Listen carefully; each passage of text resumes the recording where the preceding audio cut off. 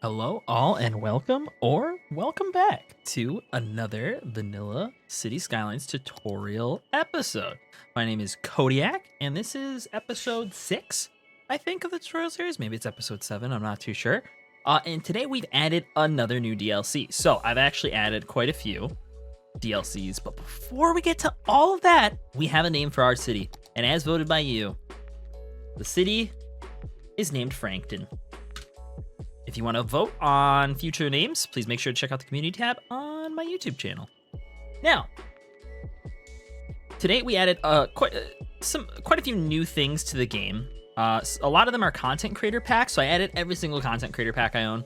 Honestly, nothing really game-changing in those. So, for example, if we go into the fire department and we go to the content creator packs, we'll notice that there is the historical fire station, which came with one of the newer content creator packs, which logo I will flash on screen right now because I forgot the name of it.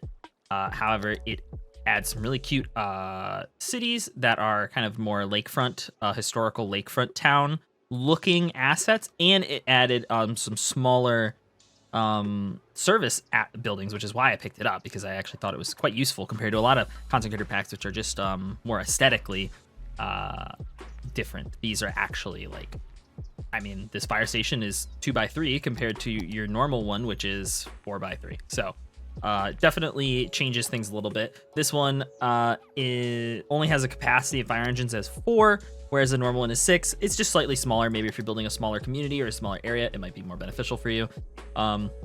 So I added some other content creator packs. None of them are really super worth talking about.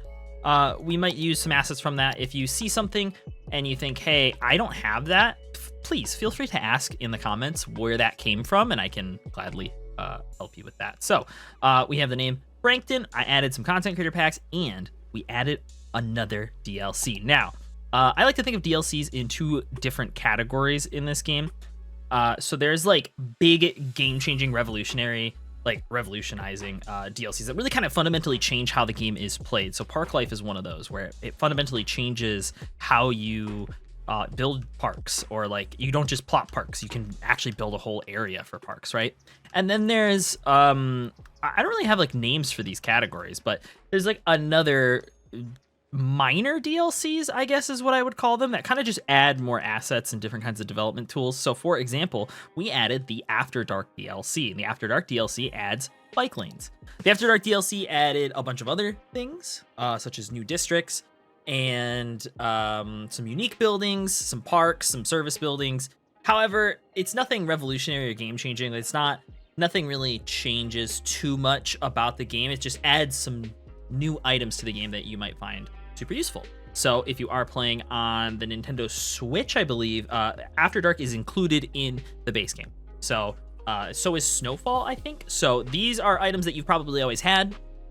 However, if you are playing on PC and you just have the base game, like you got the game for free on Epic or something, you would have to buy the DLC to get the bike lanes, or download mods. I digress. However, we are going to add those bike lanes. I love adding bike lanes.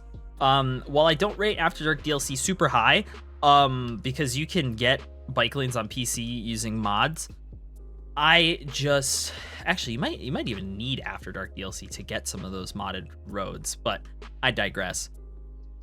But I love utilizing bike traffic. We can see here that we've added these paths, right?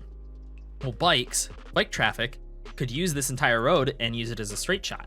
And with After Dark DLC, we have some new policies, such as encourage biking, and we're gonna check that on. I wanna make sure that this entire city has this encourage biking policy active, because it'll keep people, again, out of cars, keeping our traffic nice and low. So we're going to upgrade a lot of these roads using these bike lane roads. I'm going to do that, and then after I'm done upgrading some of these roads to bike lane roads, we will go over some of the other things that were added with the After Dark DLC. Now, before I continue upgrading to all the roads, I just want to point out that the bike lane roads do cost exactly the same as a generic road. The only difference is that you lose parking on the side of the road, which is not a necessity in Cities Skylines base game unless you're using Traffic Manager Presence Edition, which is a mod. Wonderful mod. I highly suggest it. there is a realistic parking option that you can enable when you have that mod, and that requires some form of parking for buildings. So that's the only reason why I would suggest not using the bike lane roads instead of generic regular roads. So just keep that in mind. I'm going to be picky and choosy on where I put these bike lane roads, but you don't have to be. So anyways, time lapse starting soon.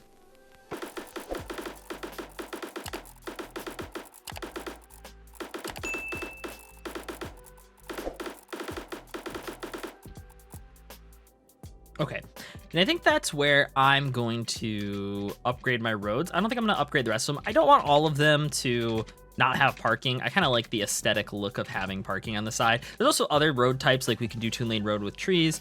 There is the 2-lane roads with median trees. So just to add some like different character and depth to just kind of break up the city look-wise, I'm going to not bike lane everything. However, I think I will expand the bike lanes over to this side. So if you will bear with me for a moment and enjoy this time lapse of me adding the bike lanes, we're gonna do that.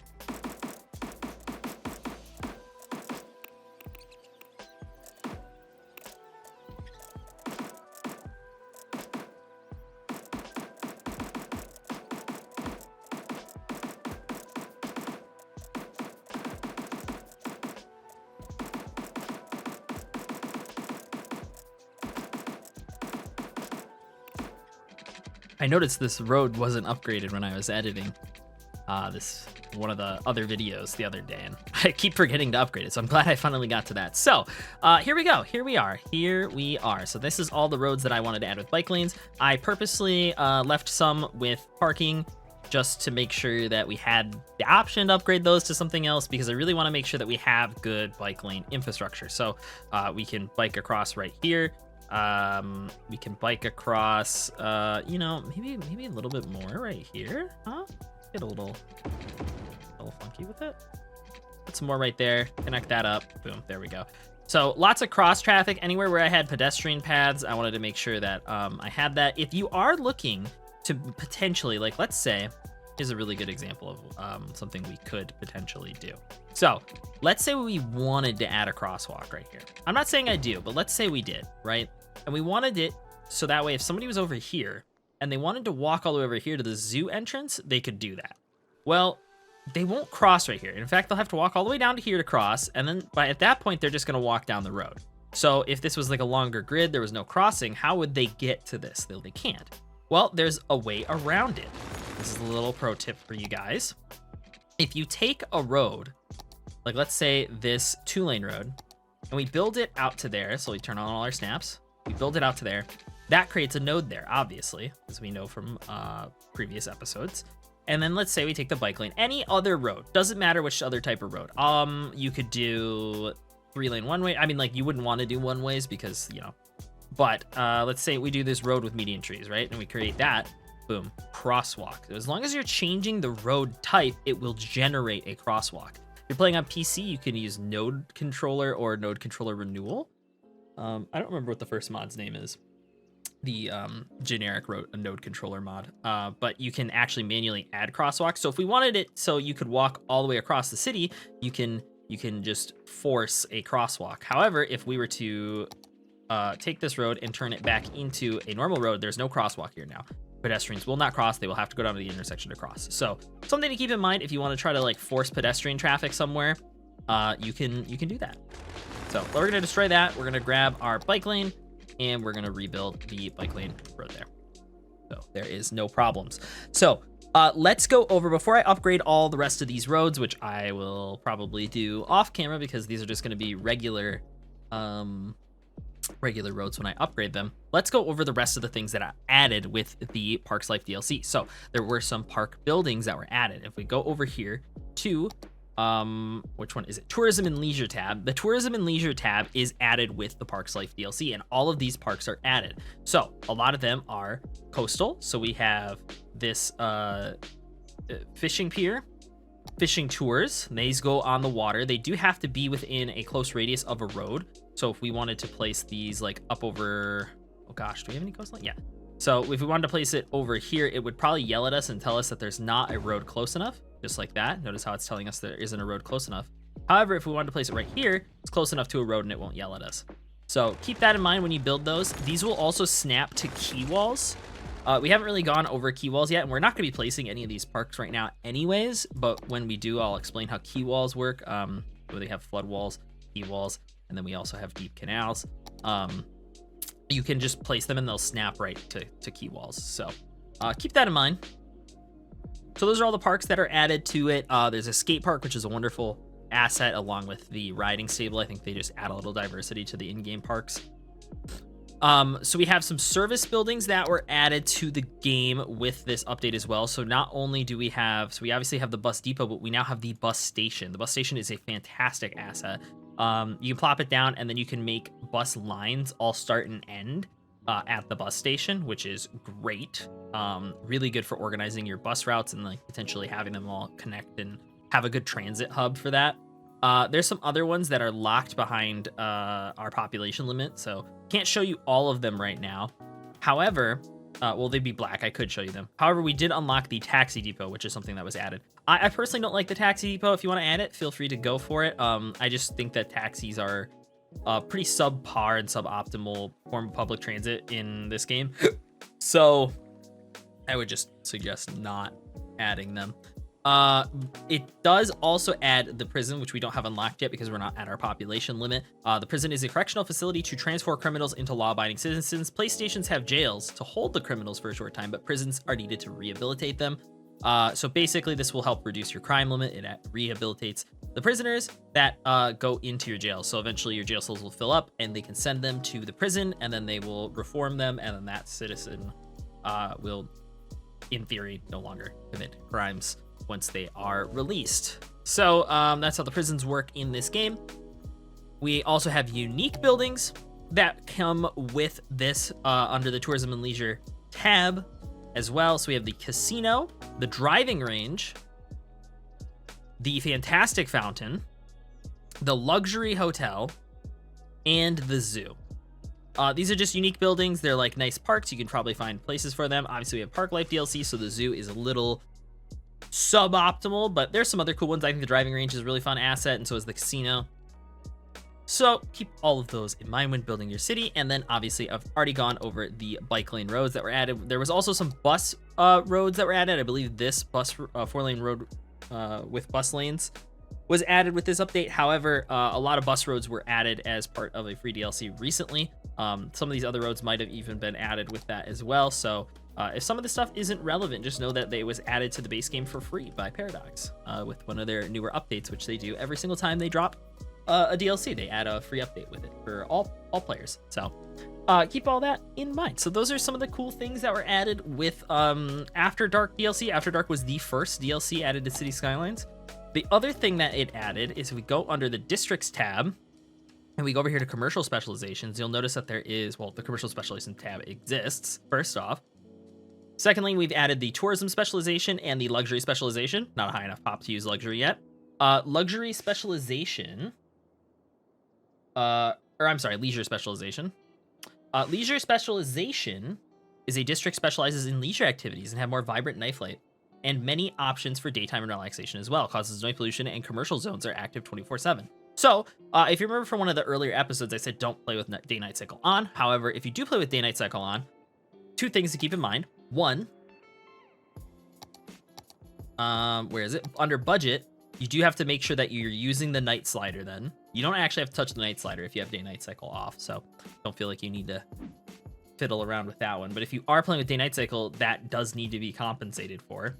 And if you are playing with day-night cycle on, just know that those leisure districts do not shut down at night, and they will cause more noise pollution at night, which citizens do not like. So make sure to keep those districts potentially away from residential areas. And it will be an entire district. So any commercial zone in that district will become that. If we were to do this here, we would have farming and leisure. And if we put tourism here, we'd have forestry and tourism, right? So the leisure is basically, I mean, as we know with leisure, it's basically what Sims do for fun, to relax. So parks are leisure. So basically this is a district for people to kind of unwind and go and relax. So it'll build very specific buildings. I think there's 7 specific buildings that will kind of spawn up in a leisure district. Leisure districts generate more income than regular commercial zones, so it is a way to earn more money if you are facing some issues and you have like a commercial section that's kind of like away from things. Leisure and tourism could be really great for that. Do keep in mind that you obviously want to make sure there's good transit to these areas, because people will either travel from your city for the leisure specialization or out of the city for tourism specialization to visit these specific districts. So do keep that in mind, that the tourism district does in fact bring people and tourists into your city, much like how if we were to click on the parks also bring in tourists from outside the city that are not just residents. Another really important thing to know about the tourism specialization and the leisure specialization is that the districts that are the buildings that grow in there, much like how the farm buildings don't have a level up, neither do tourism or leisure. So do keep that in mind, that once they start popping up, they won't grow into nicer buildings, kind of like how some of these other buildings will. Whereas like if we look at this is a level 2 and it's slowly coming up to a level 3. When they hit their levels, they turn into something different.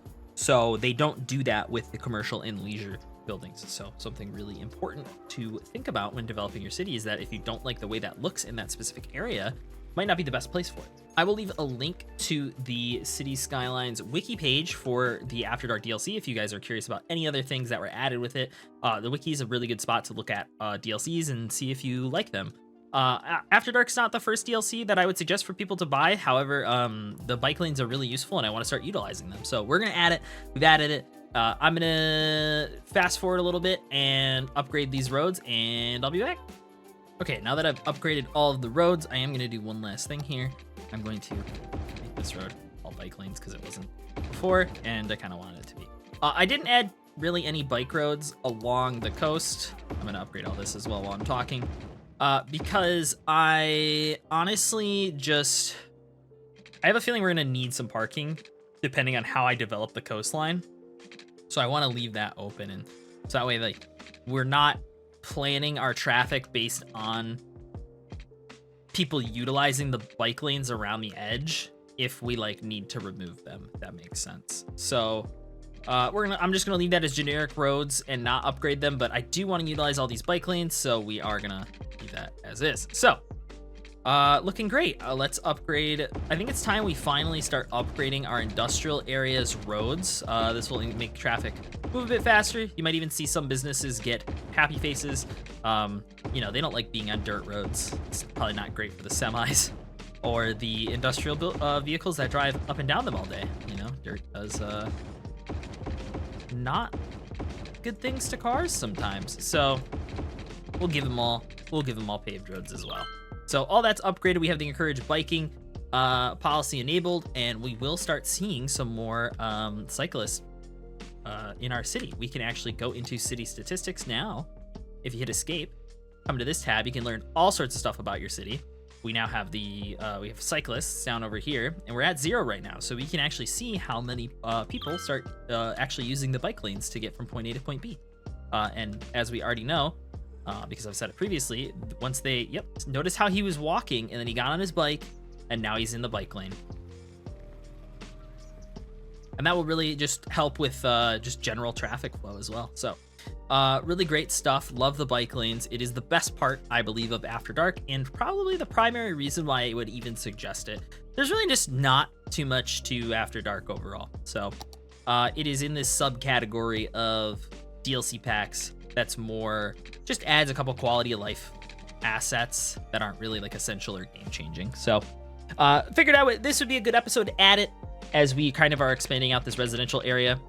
This is the second time I've recorded this. I was really tired the first time I recorded it, and I even bought a bunch of tiles over here and started building a university, and I was very tired. We'll just say that. So it wasn't great. This is a much better attempt. Let's just say that. So that will be the first DLC we add. I think next episode we will add in the Green Cities DLC, and we'll kind of go through some of that stuff. And then I think we're at campus is going to be the next DLC. And I'm still pretty confident I want to build a campus over here. So we're going to do that.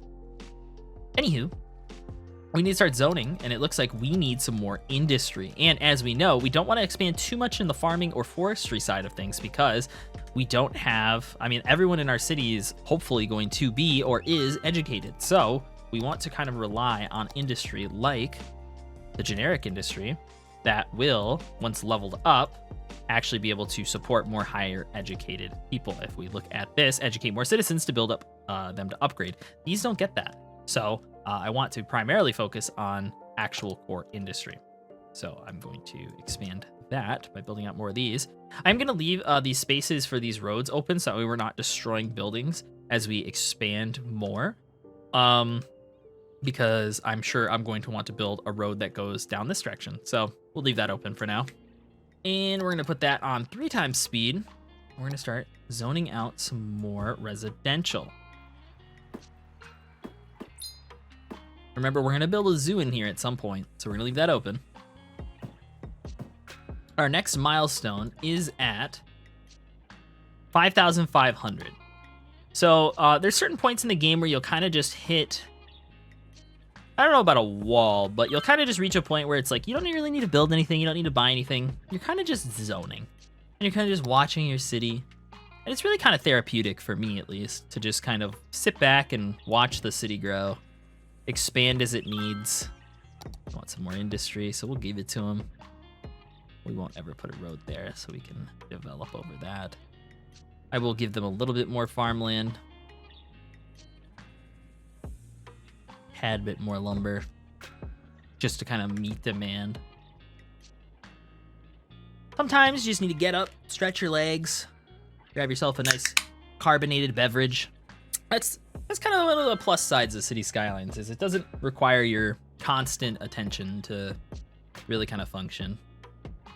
We can see from this isometric angle that we kind of have, we can kind of look at how traffic is being fully utilized in our city, and we can kind of almost see some hotspots. So obviously the on-off ramp over here, pretty highly utilized. Our roundabout is doing a pretty good job dumping traffic down in. And remember, we zoned a bunch of residential, so we will have that initial move-in surge that happens when you zone more residential land. Let's take a look. Oh, see, that's the problem with being in cinematic camera. You don't notice when there's issues. And we have power and sewage issues, both very bad. Power, not as bad as sewage. Sewage can have some really nasty long-term effects. So let's put down another sewage pipe here. In green cities, when we upgrade to that, we will actually delete these and we will build something different. And you guys will see that. And let's build some more green power. We have enough money for 4 of those.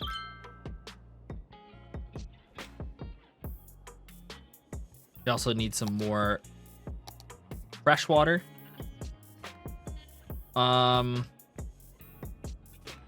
Let's spread it out and put this pump down over here. We'll probably end up moving these potentially. We could also use the water tower instead. Sometimes it's fun. I always like to put, maybe it's not the most realistic thing, but just putting a water tower in the center of a roundabout. Water towers give you about half of what a water pump will give you. However, you can place it inland. As long as there's no pollution under it, you'll be fine. So we'll place that there. That'll give us plenty of water. We're not hurting for money, so I'm not really too concerned about adjusting our budget. However, if you wanted to micromanage your budget right now, and we look at, okay, so we're at 100% on water, and we are producing a ton of water, we could, in theory, drop that down to potentially, like, let's go with 77. See where that puts us. Pretty good.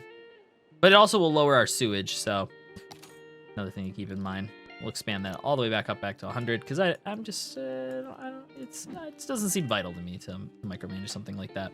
Oh, didn't keep in mind that this water tower didn't have power access, so that if you do that, keep that in mind. This will end up being a road at some point, so.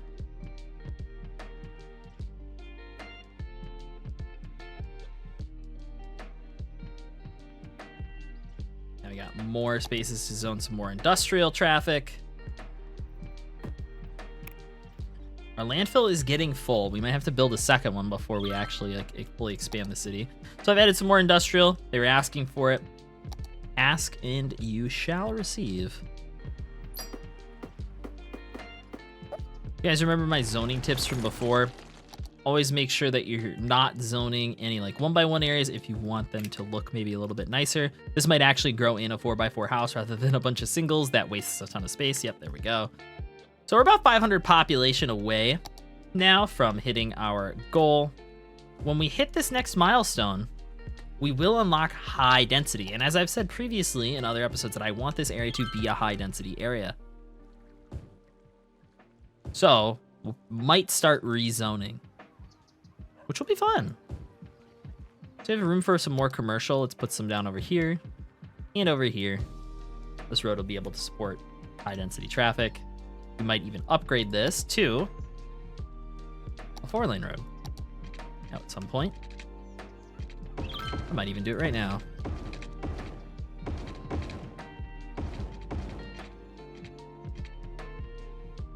I only let it go down to this intersection because of how we have this currently implemented. We could, oh, we've upgraded our park. So when your parks upgrade, they give you this little pop-up. Cypress Gardens has reached level 2. The following buildings have been unlocked. Park Pier and Park Pier 2 we can't utilize because that park is not next to the water. And if we were to place these, people would be able to access them from the road because of how it's developed, as you guys can kind of see on the outside. So we don't want that. However, we did unlock the park chessboard. Again, this park will probably never see greater than maybe level 3. We can place the park chessboard so you guys can see it. It's a big, I was gonna say ugly. It's a big ugly asset. I mean, what can I say? I can't really say too much else other than that. It's not very pretty. It doesn't really like, I don't think it fits very well sometimes. You could make it work though. We'll place that down. It does increase entertainment, but it doesn't put us at our next level without utilizing some other things to kind of upgrade that. So this intersection is getting a little busy. We might need to put a traffic light here at some point. We'll see though. For right now, everything's working pretty fine. Let's check before we hit our milestone. Let's see if we need any other services. So we do have 3 fire stations. This one could probably go down here and it would probably cover the area potentially a little better. My dog's barking, apologies. Something to keep in mind is that when I developed this area, we planned for this road to come up here. But when this district were to potentially meet up with it, we didn't plan with that in mind. However, I think we're just gonna make a little jagged intersection there. We'll see how that works. The people aren't gonna use this as a through way to get out of town anyways. They would probably either come here or go down this road. So I'm not too concerned with that. I think this will be fine. This gives us a good barrier too. So creating a barrier between industrial areas is sometimes very important for keeping out noise pollution, regular pollution, traffic, things of that nature. This does give us a big gap, and this will be a very large industrial area. I do get a little concerned about traffic, and if we run into an issue with that, it's okay, because we will fix it. And that will be part of the learning experience for everybody. So right now we have a power connection here and a power connection up here. Don't really need both power connections.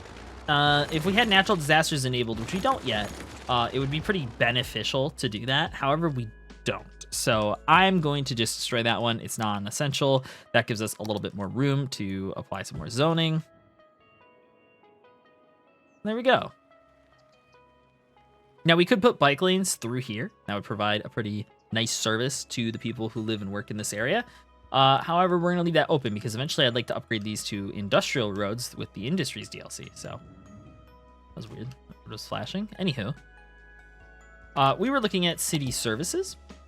So we could have utilized and moved the fire station over here. We have plenty enough jail capacity. However, our coverage isn't very high. We could put one over here for future use. I think I am going to do that as well. So we'll put a police station right there. Very central in this district. Can access pretty much everything relatively quickly. Remember, there is the larger option if you need it. They are much more expensive upkeep-wise, so just keep that in mind. I'm okay with the fire station service for now. I think they'll still reach. And let's see, healthcare. We have no healthcare services down over here. So let's place one right here for this neighborhood. Very good. That should increase the average health. And we do have childcare and elder care. Childcare and elder care are were free updates added to the game to help reduce the death waves that happen. So childcare health center is a small healthcare facility, increases birth rates within the building radius and offers health services to children and teens, creating a health benefit. We also have the elder care, which is a small healthcare facility offering treatment for targeted specifically at the elderly, which creates a health benefit. Elder care also extends the lifespan of those elderly within the building's radius. So this will help prevent death waves, where if you place that in a certain area and let's say you develop this entire district at the same time and you place an elder care potentially on this side will just die before this side and you won't have as crazy of a death wave, which could be really beneficial. Our cemetery usage is low because nobody's died yet. Elementary school availability, very low. And our high school availability is getting low too. So we are going to have to place a high school and elementary school. I think this area is perfect for the high school. We'll knock that out. Place that there. Again, we're trying to avoid placing these service buildings directly on some of these main corridor roads, but directly next to them. It will provide the no way for traffic to get blocked for people coming in and out of those buildings. However, it'll give them quick access to those roads. So very beneficial. And then let's place the elementary school. And I think the elementary school should go on the backside here of the health clinic. I think that's a little bit more centered. It'll target these people and these people. And that puts us at good elementary school availability and high school availability, which is great. We don't have a library yet. I don't think I'm going to place one right now. So we have those city services handled. The only thing I'm a little concerned about is landfill, but I really don't want to place another one if you want me to be completely honest. Notice how I built this, right? Look at this gap. The gap size here, it's about 4 units between where there's no zonable land. And that's the perfect bubble to keep pollution out of residential areas if you zone only commercial on this road. So just, you can count if you want to, but just so you know, just keep in mind when you place these landfills, like they do pollute farther out in a radius than these conventional buildings do. So you don't want that pollution leaking into the residential areas because it will cause incredibly poor health and will kill off those people eventually. So just keep that in mind. Seems like we need some more residential, and I think once we zone this last little bit of residential, we will have enough people to hit our milestone. There we go. Big town. Here we go. We've unlocked it. We've unlocked leisure specialization, all of this high density stuff, education boost, some new public transit options, such as the metro station, which we will be utilizing to connect to our campus down the road, and colleges. So we will probably build a temporary university at some point before we implement the campus DLC. If you are playing with the campus DLC, there's going to be like 3 different campuses you can build, and you can kind of delay building those campuses until you hit a certain population limit to get the campus that you want.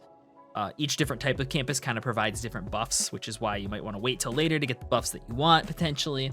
However, your citizens still need higher education in order for office zones to work properly. So it's a good idea to still place down a campus and make sure that there's good and readily available public transit to get there. So that way you can make sure that as much of your city can be high educated as possible.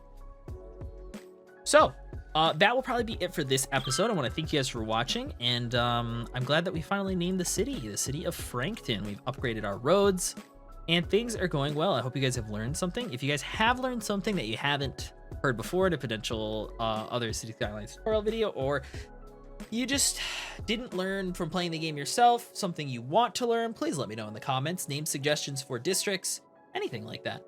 All right, so thank you guys for watching. I appreciate it, and I will see you guys in the next episode.